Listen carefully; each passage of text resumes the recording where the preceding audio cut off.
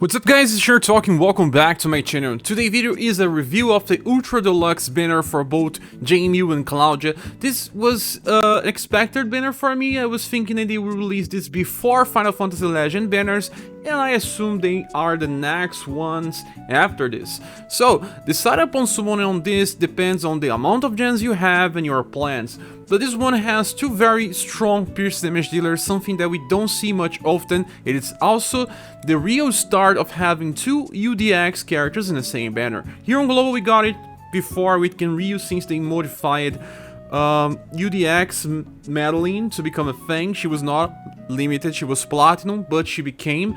So now we have a banner with two characters. They are pretty powerful. They did receive buff, but only very small status buff. We even go on Reddit to check that. It was posted by Hands483. Again, thanks so much for posting this.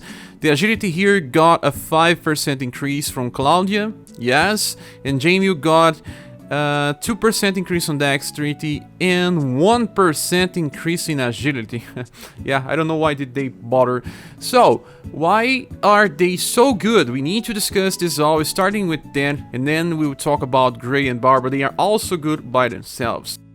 We shall start with Claudia, and it's fun because we talked about Claudia recently. Yeah, she was on the summer banner, but actually this style of her was in the summer banner that I said that it was not that powerful since it's so hard to get critical damage in this game, especially with the skills that she needs to get, depending on many different styles as well. So this Claudia kinda blows this one out of water, totally, yeah. And it's the summer version. Now we have the definitive version with way more status. You can see 100% dexterity. That's pretty massive. She was, I think, the first character to have that amount in JP. She was released before Mac, and as you can see, she has low resistances with Will. She got a little of an increase of her agility. That's good because she's also an AoE farmer. All other status are average and most. Yeah. So, what makes her so good? It's that she does not need inheritance to perform well.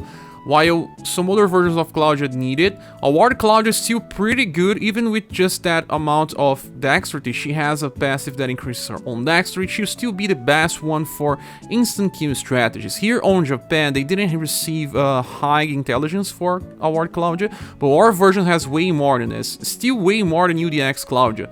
So the two definitive versions of her will be this one and Award Claudia for instant kill strategies, or paralyze if you want that. So for our skills, the first one has a high chance to paralyze. It's a sheep attack, but also low in damage. It's the same as a normal attack, although you can increase a little further by leveling this up to level 99. I don't think this is the best thing for her, since she's not the best paralyze inflictor out of all versions of Claudia. In Global, we got Award Claudia with around 80-40, I think, for her intelligence, so she gets a higher chance to inflict paralyze. Not only that, she's also good because she also has an AoE paralyze and can also use it another attack for instant kill chances. But in JP, she had the highest intelligence out of all Claudias, and they kind of worked in using these attacks for her. Although I don't think we should use this even on manual or on auto. The second attack, called Disturbed Shooting, is where things start to get better. This attack here has 5 AP cost when you fully awaken, so that's pretty neat. And it has a higher damage than Rapid Volley. Rapid Volley is also 5 AP, but it's a skill 1. This one is used on the second slot, it uses 2 awakenings. That's because it's stronger. In the future, Rapid Volley can be upgraded to Rapid Volley Plus and should be very close in damage to this one, even a little higher. So for now, it's the best sheep AoE for Pierce. It's stronger damage than Darke. Darke has a sheep attack for Pierce, but it uses 2 BP, very cheap. The damage is lower, so one thing compensates the another. They can still be used well together if you want to use them on Deadly Pierce formation or Inverse Sigmoid. So this one is good for stability, although we may sometimes prefer to have a stronger opener. If you are using fast attackers to clear the first wave, then on the second wave you may want something stronger. You can also get this by inheriting Stereo Rain from her award style. Let's check this right now while we are on that. And that attack is here, Sterling has a B power 21, is way higher. So you can get this to use on the second turn, and then you shall return for the second attack here, Disturbed Shooting. So, she has a good AoE cycle, even better if you have a Lord Claudia. Can be used for weekly and monthly content like Robin Cup, Hidden Dojo, Spiral Tower, and Zwig. But the thing is, people summon her more for the last skill. This one called Dream Mitsuya in Japan is a 3 attack skill. She attacks random targets, but if you are on a boss fight with only one enemy, it will just hit the same enemy. And it has C power 17 modifier. When you look on this, it may not seem that high. It really is not that high, but you need to understand how damage calculates in this game. In order to understand, remember, when you attack, the damage that is calculated is based on your own weapon power. Let's say that it's 36. And the skill power, that here is 17, then the bonus of the rank of the skill, that's usually is 80% increase, so 17 multiplied by 1.8, and then you calculate it based on your dexterity against the endurance of your enemy most of the time, and the result is the final damage. So when you have to do 3 calculations of damage, you are using your weapon 3 times, meaning that the highest power your weapon has, the highest output damage will be. Very nice for a character that can attack 3 times every time. She's not like the Summer Ellen that attacks between 2 to 3 times, although she has a higher power to compensate, or characters like Grey that can attack between 3 to 5, or other characters that can attack between 2 to 5. There's a lot of RNG in those other characters to increase the power, but having a risk. She doesn't have a risk. Right now, this attack should be the highest damage in global, but not so far from Heartseeker Plus, another skill that she can inherit from her tower version, that it's now the best skill to use with Award Claudia as inheritance. So in the future the difference will be noticeable, because weapons will be able to upgrade to around 44 weapon power. That's pretty high, but this system is still not here on global. Right now the SS weapons are around 36 in power, so the difference in damage is not that high. Still, she has potential to keep being relevant because of this upgrade. We don't have many pierce damage dealers in this game, so having her strong now and even stronger in the future means a lot. She would be useful for Zwig with her second skill, but this third skill is even better for Final Island, where sometimes we need to kill a boss with the highest damage possible. If you have her and Therese together, they will just destroy the enemies, or even Darky or Jamil.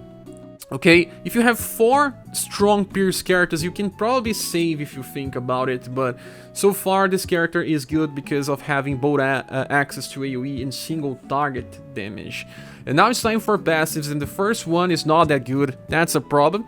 She enters a stealth chance every single turn, and also a heal of around 110 HP. And well, I do think that stealth stacks if it's working correctly. I don't know if global already received the path that fixed this problem, because in JP if you try to keep stacking it will not work, but I think it should be working right now on global. But why do you need this? I know that her status are not so high for endurance or will, and she just don't want to get attacked. I don't know. If you're using Rainbow Rangers, it does make more sense than some other formations. But still, the healing part is not that good. It's a waste. We could use this for more damage, or I don't know, some other effect. Then we have 2 other passes that are related to damage. The good thing is that they are active all time, even when she's not hitting a weak target. It's 15% increase with Secret of Bone 3 and 20% increase with Fired Up 5. Very nice indeed, but I have to remember something. She does not have something that appears a lot in some other styles like Overtension, that increases a lot of damage when using Overdrive. So, if you're using her with Nawal's daughter, she will be able to use her third skill 3 times, once every 3 turns. That's very good, but you will not be able to increase the damage any further. when using overdrive, just the standard increase, while some other characters can do a little more damage when compared to her because of overtension. Although, yeah, she has stable damage, sometimes it's what you need. Okay, so we will have a look on all inheritances now. What we have here is, like I said, rapid volley can be decreased to 4 BP in the future with 13 power. Let's check the difference between the power. It should be the same power, but the lower cost, so she becomes better for AoE cycles. But more on manual, because she'll still use this before, since the system still prefers to use the highest cost first. Very interesting thing. We also have Beast Slayer, but that's better used with her Summer style. It's a critical damage attack. We have Starry Rain to inherit, like I said. Heartseeker Plus should do very similar damage, but it has Charm chance. I don't know if you need Charm anytime soon. And that's about it. Her Summer style does have an S attack with the Row effect. Yeah, that gives damage to plants and insects, but if you have the attack, you're probably using it with Summer. So we don't have many upgrades in the path, but we do have a strong, reliable character right now. If you are still in need of Pierce, she does offer a little more than Darky, since her damage will surpass Darky in the future with the SS weapon system. Right now, the damage between the two is not that far, very close in damage. Okay, so that's Claudia. Let's go for the second one. The next one is Jamil, and that's the first time that Jamil gets a good style. We have Platinum Jamil, we have Summer Jamil, and now we have UDX Jamil. We will have another one that's Spiral Tower Jamil. I think we are very close to this upgrade where we get this guy here, since he was released like 2 weeks after UDX Jamil in Japan. And that's good because we can get some inheritance from this one, and you can cycle between the two depending on the situations.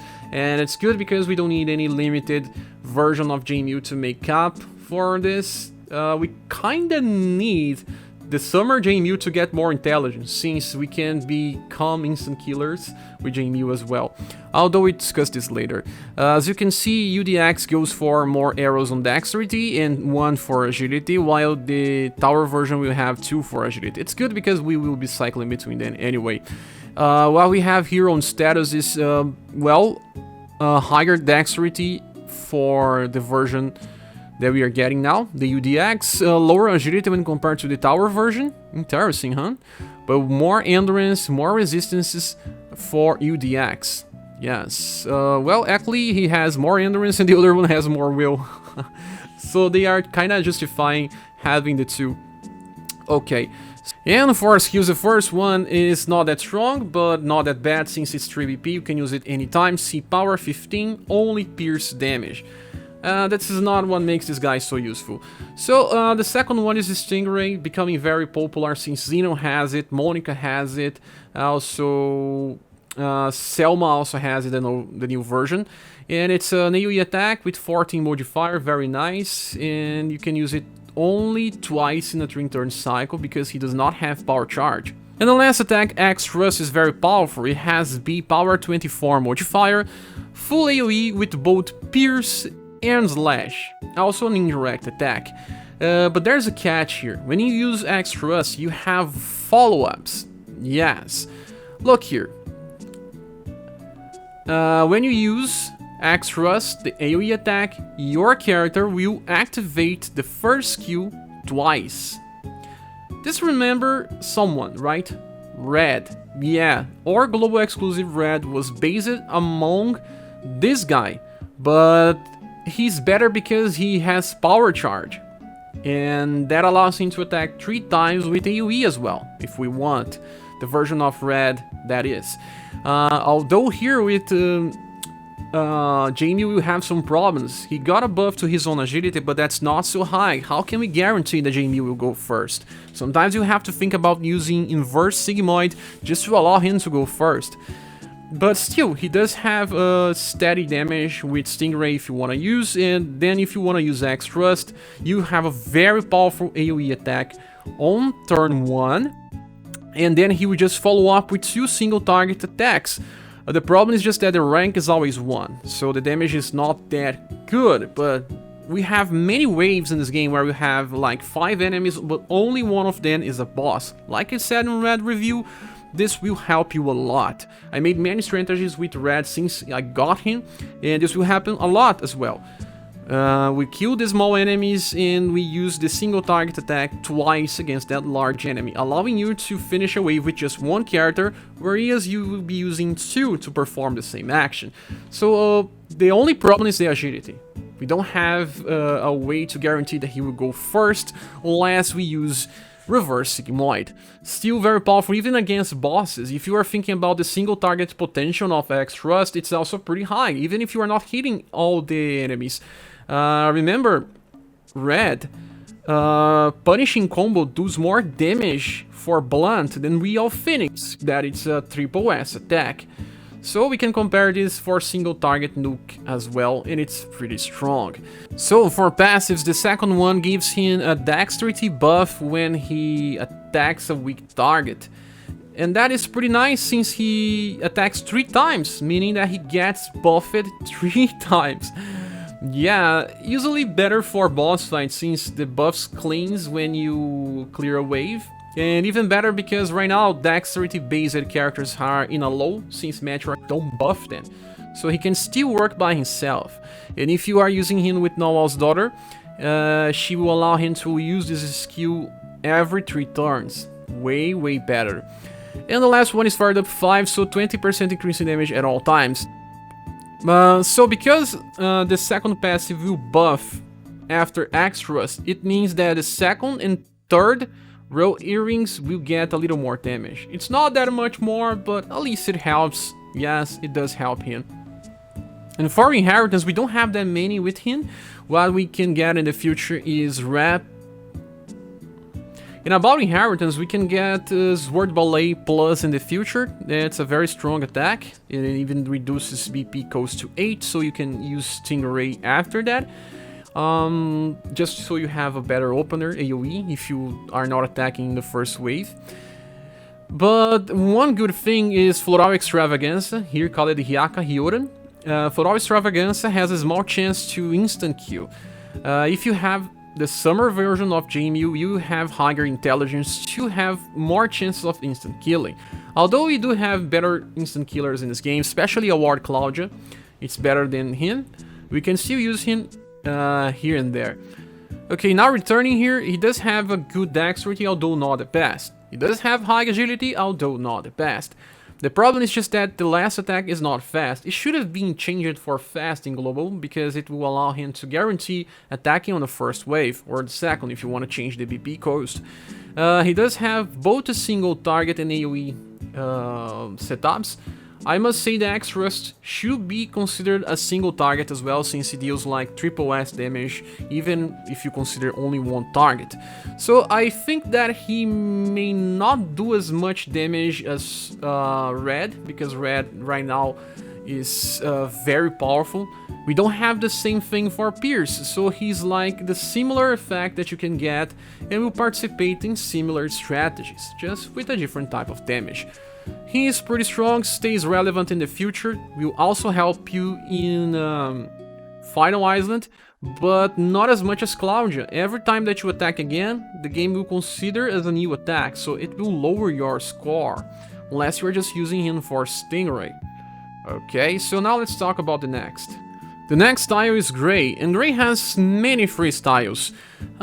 He's very similar to Albert and Barbara in that, because they are easy to get, about inheritance and everything else. This is the second version of Gray.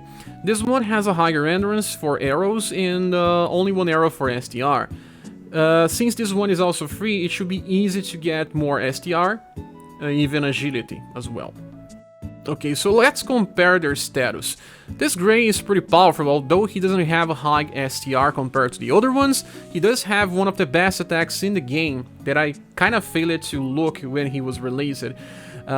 We have here a lower dexterity when compared to him, and the other status are kind of bad and everything save for agility. And agility is something that you kinda need with Gray since he's a nuker. We want him to go first. The definitive version of Gray, in my opinion, is this last one here. This one is a stable version of Gray. This one is still a risk, although usually still useful when compared to this one. This one is not a straight upgrade. This one is. So what you have here is similar status on everything else, but let's just say that this one has a higher STR and a higher endurance. For skills, we have Bone Crash being the first one. It's a cheap attack, but not powerful one, because it deals both slash and blunt, and deals increased damage against bones. Bones are undead, so although this seems interesting at paper, I don't think this has much usage. The second one, Clean Sweep, this attack here has similar power, but instead now it's a roll attack, 5 VP cost when you fully awaken, so you can use this 3 times in a 3-turn cycle. Although you have some difficulty finding stages where we have 3 enemies aligned in a row, and even more, all the 3 waves in the stage. But if you find that, it should be very good. Then the last one is Yaksha Inexhaustible. I don't know the name in global, but this attack here is pretty strong for turn 1 damage, but like I said, he does have low agility, so how can you guarantee that he will go first? And if he does not go first, you prefer to use Will Swing Plus, that's available right now in global as an upgrade, and deals S damage with 13 BP. This one is 10, so if you're using Ray, you are using him for turn 2 damage in AoE instead of just turn 1, because it's hard to use him on turn 1. Okay, so it's not a bad attack, it's just that Gray as himself has better options. So for passives, he's very interesting. I think here is where we start to understand how he was designed. The first good Gray, the past one, was released with a passive that only works for 1 turn. So in boss fights, unless you wanted to finish very fast, that Gray would just have a decreased power on turn 2 onwards. This one does not have this. He has a very stable design. He does have a chance to heal himself when attacking, 25% chance. He will heal around 500. He gets also more damage by doing weak attacks. We usually will use Gray against weak anyway. So 15% and fired up 5, 20% more. 35% increase in damage when you are using him. And a chance to heal. That's something that we saw many times in designs for characters that can be used in boss fights. So not that bad, but also nothing special. And that's a problem with him, since he doesn't carry anything that's so special with his skills. The thing is, you can inherit that skill from the past version of Gray and make him a little better. Yaksha Ransom, this attack here is amazing, one of the best ones in the game. He can attack up to 5 times with this, and it gives increased damage to aerial enemies, and there are many aerial enemies in this game. Dragons and griffins and many others. So if you're fighting a boss that flies and you want to use Yaksha Ransom, you prefer to use that Ray, the one that we got now in the banner, instead of this one that gets this Assault Tree.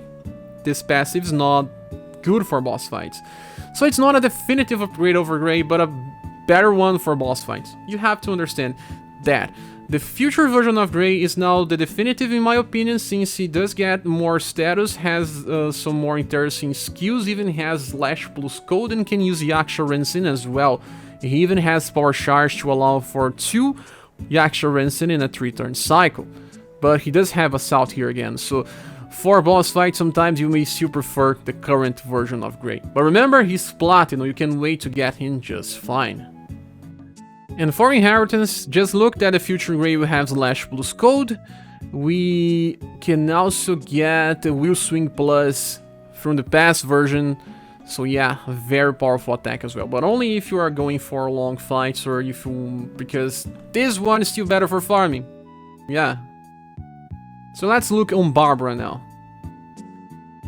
Okay, so this is Barbara, and she's another one of those characters that don't need, because they don't have any limited style. You can get everything out of her just by summoning with platinum tickets even. Even in global, she got a buff with her flamenco style. This is the flamenco style, and this is the current one where we will be able to summon. She even has higher STR, and she is also with arrows for agility, so those two status are her main things. We need to discuss her with inheritance, since she is very good if you have flamenco one. If you don't have flamenco, she's still useful for Final Island and some content, but she will not feel complete. Okay, so what we have here is a way higher STR, a very good endurance, kinda low dexterity, yeah, kinda low, she may even miss against some bosses now, above average agility but not high, and okay-ish intelligence. She could inherit some dark spells, but it will not be the case with this one. And low, very low will. Usually women in this game have a higher will, but not in this case. And low charm and love. So let's give a look on this version of Barbara. The first skill is not bad. Yeah, it does have very good damage by the BP cost. C power 19 and 4 BP cost is okayish. The second one is a mix of both Pierce and Shadow, but it's physical damage, so only requires her STR. And it does have a height modifier, 32. We usually have 30, 28 with A, and now she has a 32. Not bad. She can be used in some situations when you only have 1 or 2 enemies in a wave. And then the last skill is called Frenzy, and this one is good because you can use this twice in a 3-turn cycle. It's comparable to some other characters that we have 8 BP skills like Ray, like even the UDX Madeline. Damage is not high, but you can use it 2 times in a 3-turn cycle. She may help on wave 1 and wave 3, or wave 2 and wave 3. Okay, and it even has a chance to inflict confusion. Her intelligence is not that high. Maybe using this with one of her other styles will be better. Yes. And for passives, we have Soul of Passion, and this is a first. It's a very interesting thing. Remember when we had characters that had a 25% chance of triggering a buff that will last for 2 turns? Well, her buff is way better than that. She has a 40% chance of triggering a squad buff that increases damage by 20%. 20% can be definitive. It can help you finish a wave in Final Island, and this is how she's used most often. You place her in a slot with low agility, or you just decrease her agility, and you hope that she triggers this passive to allow you to finish a wave with less actions. That is a very valid strategy, although not perfect. I just feel like this is an answer to the past buffs we got that were just so problematic, even higher RNG than this one. And the second one is, on the beginning of a turn, she recovers BP with a 25% chance. This one is not that good, but if you are using her in boss fights, you find out that having this is actually not that bad, since she can, well, reduce the stress from your healer. And then the last one is Overtension. She gets 15% increase on all times, 30% increase in combo, and 40% increase in overdrive, allowing her to help out, yeah. If you want to finish your boss and you want to use this last skill here, it will give an increased damage. But then, like I said, she's not complete if you do not think about her inheritance. The flamenco version of her has a very interesting thing called Invited by Flamenco that increases the damage of the whole squad by 50%. In Japan it's only 35, in global it's 50. It's a very good buff. And you can use this before overdrive to help all your squad do more damage. If you still have BP left, you can still use on the next turn her other attack, that Frenzy, but in my opinion, if you want to use her correctly, you want to use Invited by Flamenco. A very nice reward by having 2 versions of Barbara. I still don't have this, yeah, but she cannot use this on turn 1. Just remember, this version of her does not have power charge. The other version does have, the Flamenco version does have power charge, so she can use Invited by Flamenco on turn 1. So they can still be used in different scenarios, although the other one as a whole will be better for turn 2 onwards. This one can still be more used because you may want damage on turn 1. So, Barbara is also very interesting, like Ray. The thing is that they are not that needed right now. You can wait for them if you want. You can just focus on summoning for UDX Jamil and UDX Claudia, because they are the stars of this banner. UDX Claudia has both AoE and single target options, becoming even better in the future for single target nukes. Jamil is good right now, also becomes better with upgraded weapons, since he also performs 3 attacks, and he's maybe even more interesting for some AoE cycles than Claudia, although Claudia is the answer for single target most of the time.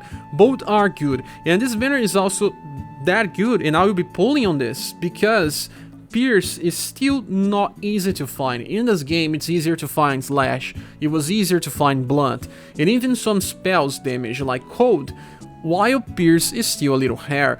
And we are summoning here for 2 good styles, while most other UDX banners only had 1 good limited one. Although Genryu's banner is a recent one that was also as good as this one for the limited ones, but now we have 2 Platinums as well. And they are good as well. They are not bad, just that we may not need them right now.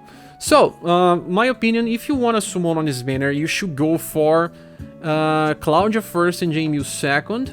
And if you want a pity, I still prefer Claudia than Jamil, although they are pretty similar and they are both good.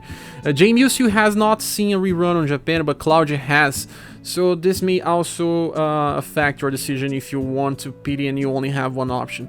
Like I said, I will be pulling on reset. Thank you so much for watching this video. Please subscribe if you haven't. If you want to support the channel, you can click the links on the description of the video. We see each other on the next one.